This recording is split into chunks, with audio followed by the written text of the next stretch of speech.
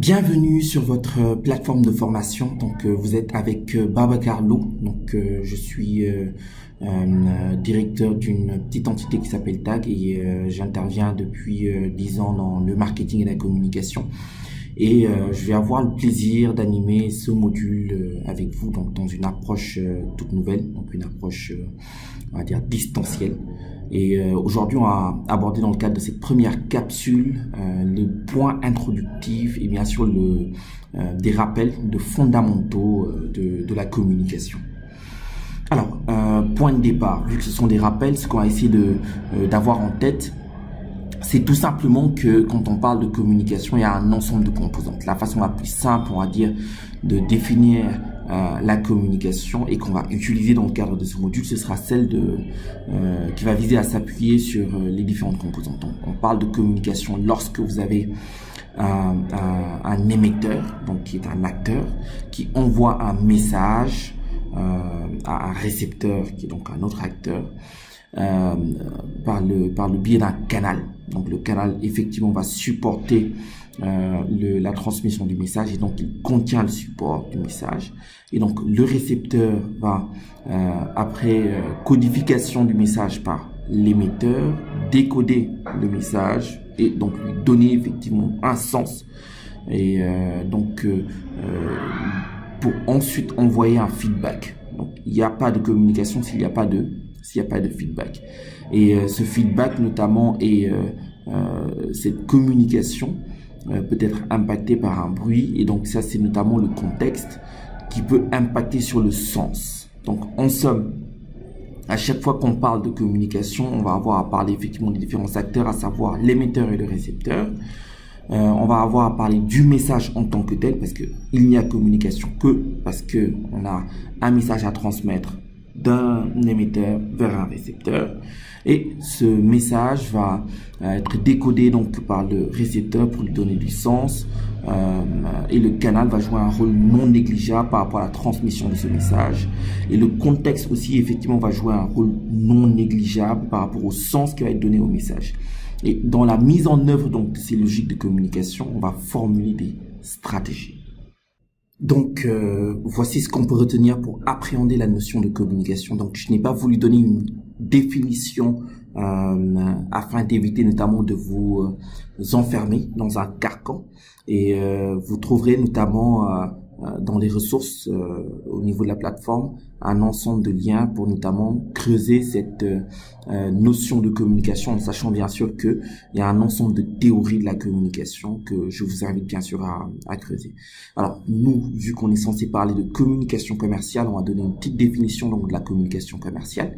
Donc on va parler de communication commerciale pour désigner l'ensemble des actions de communication qui vont être entreprises dans le but de favoriser directement ou indirectement la commercialisation d'un produit ou d'un service.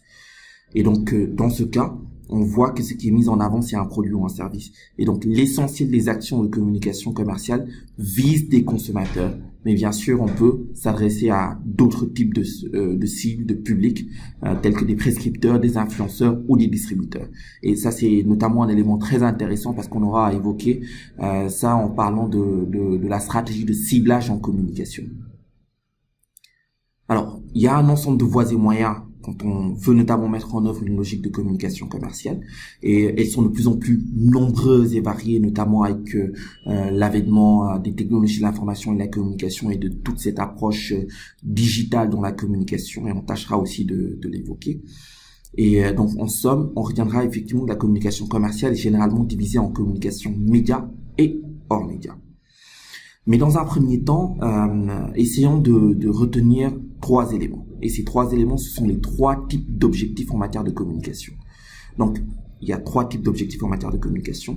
L'objectif cognitif, donc on cherche à faire connaître, à faire savoir. Donc, c'est tout ce qui va toucher notamment à la notoriété, à la connaissance. L'objectif affectif, faire aimer. Donc, qui est le deuxième type d'objectif de communication. Et enfin, l'objectif conatif qui est notamment lié à l'acte. Donc, comment faire agir. Donc, en somme, à chaque fois qu'on parle de communication, ce sont les 3 types d'objectifs qu'on veut avoir. Et donc, on peut structurer la stratégie autour de ces différents éléments. Donc, en somme, c'est ça qu'il faudra retenir. Donc, très important d'avoir en tête ces trois types d'objectifs. Et donc, à chaque fois qu'il s'agira de formaliser une stratégie de communication ou un plan de communication, on démarre toujours avec les objectifs de communication. Donc, ces objectifs seront soit cognitifs, faire connaître, conatifs, faire agir, affectifs, faire aimer. Alors, une fois qu'on a compris ça, ce qu'on va évoquer, c'est la typologie de communication. Donc, il y a plusieurs types de communication et on va faire la distinction d'abord entre la communication interpersonnelle et la communication de groupe. Alors, la communication interpersonnelle et la communication de groupe, donc comme vous voyez ici, la différence c'est que dans la communication interpersonnelle, c'est d'une personne à une autre. Donc, c'est deux individus qui communiquent. Émetteur, récepteur, deux individus. À chaque fois qu'il y a deux individus, l'un présent par rapport à l'autre, on parle effectivement de communication interpersonnelle. Alors, dans la communication de groupe, on va voir effectivement plusieurs interlocuteurs, mais qui sont identifiables par l'émetteur. Donc, aisément identifiables par l'émetteur. Et enfin, on va parler de communication de masse lorsqu'effectivement l'émetteur envoie un message à une foultitude de récepteurs, mais qu'il n'identifie pas toujours personnellement et directement.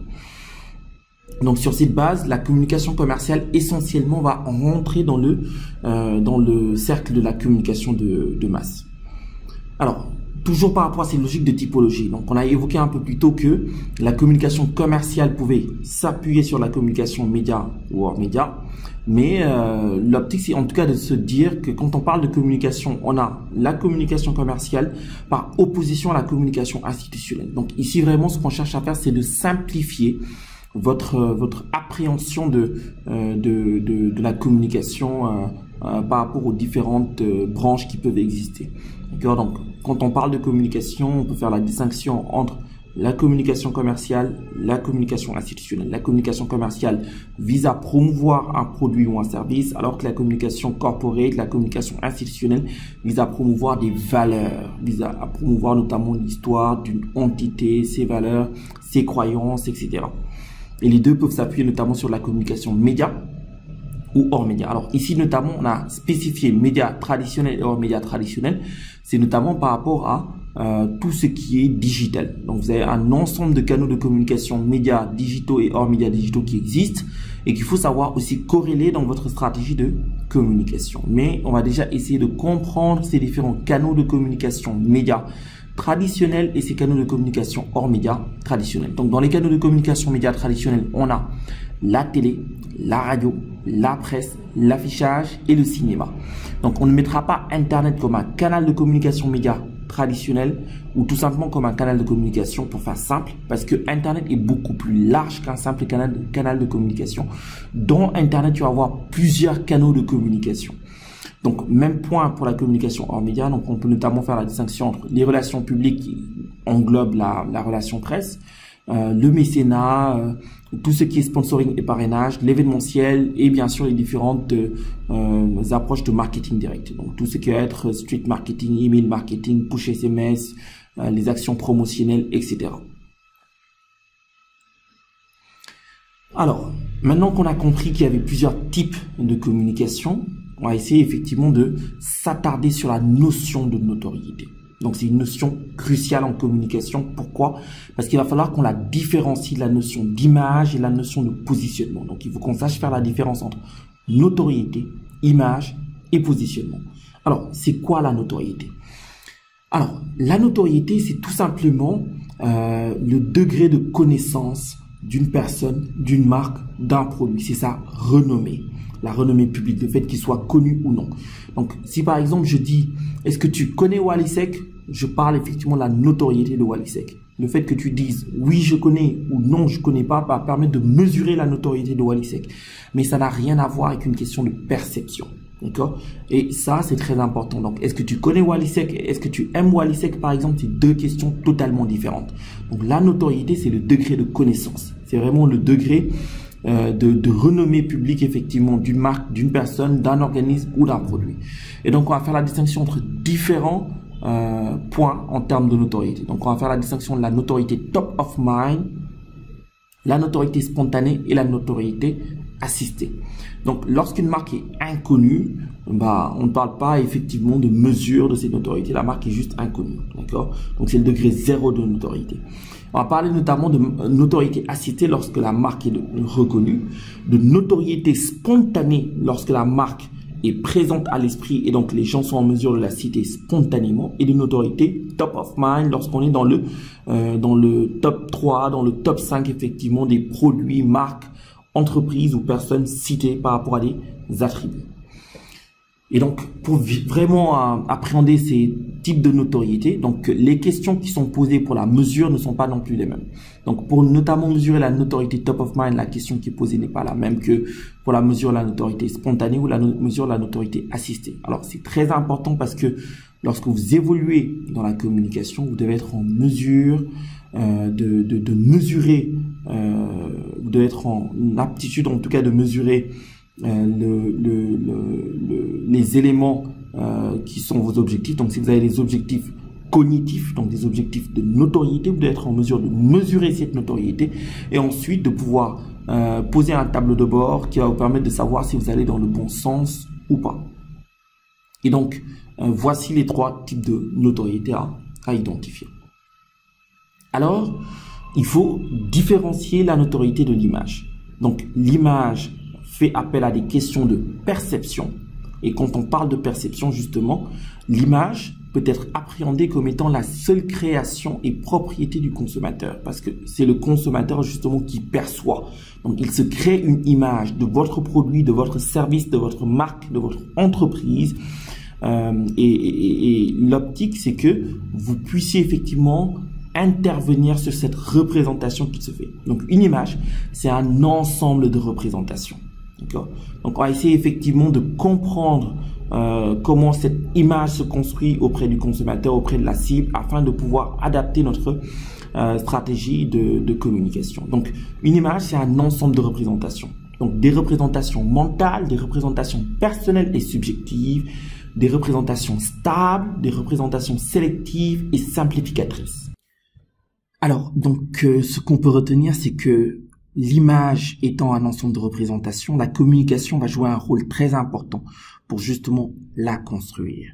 Encore une fois, plusieurs formes de représentation, mentale, sélective, stable, personnelle et subjective, vont permettre de construire une image. Donc, l'optique du manager que vous êtes, ce sera de trouver un point d'équilibre entre 3 formes d'image. L'image voulue, l'image projetée, l'image réelle. L'image voulue, c'est comment tu veux être vu. En tant qu'entreprise, en tant que produit, en tant que marque, comment est-ce que tu veux être vu? Donc, c'est cette perception voulue qui construit l'image voulue. L'image projetée, c'est ce que l'ensemble de tes actions va permettre de construire. Actions de communication, volontaire ou involontaire, consciente ou inconsciente, formelle ou informelle, toute logique d'action va permettre de projeter une image. Et enfin, l'image réelle ou encore perception réelle, c'est comment tu es réellement perçu par la cible, par le marché. Donc, l'optique, c'est effectivement de garantir par un point d'équilibre l'adéquation entre la perception voulue et la perception réelle. Est-ce que tu es vu comme tu veux être vu? Et donc, sur ce point, il faut aussi poser une petite nuance par rapport à la notion d'image de marque. Donc, quand on parle d'image, il ne faut pas automatiquement parler d'image de marque. Pourquoi? Parce que on peut parler de l'image d'un produit spécifique, on peut parler de l'image de l'entreprise. L'image de marque, c'est une perception qui va se faire sur des critères objectifs, mais par rapport à la marque. Donc, l'image de marque, c'est la résultante des caractéristiques du produit qui notamment porte la marque, de l'ensemble notamment des éléments de la marque en tant que telle, donc qui va être influencé par des actions publicitaires et qui va permettre de construire une image par rapport à cette dite marque. Dernière notion qu'il faut savoir distinguer de la notoriété de l'image, c'est la notion de positionnement. Donc, nous allons nous arrêter là pour cette première capsule, donc qui avait pour vocation de poser une logique d'introduction avec des notions de base. Donc, qu'est-ce que la communication, qu'est-ce que la notoriété, qu'est-ce que l'image. Et donc, nous allons nous revoir pour la prochaine capsule pour parler de la notion de positionnement. Je vous remercie pour votre attention et vous donne rendez-vous pour la prochaine capsule.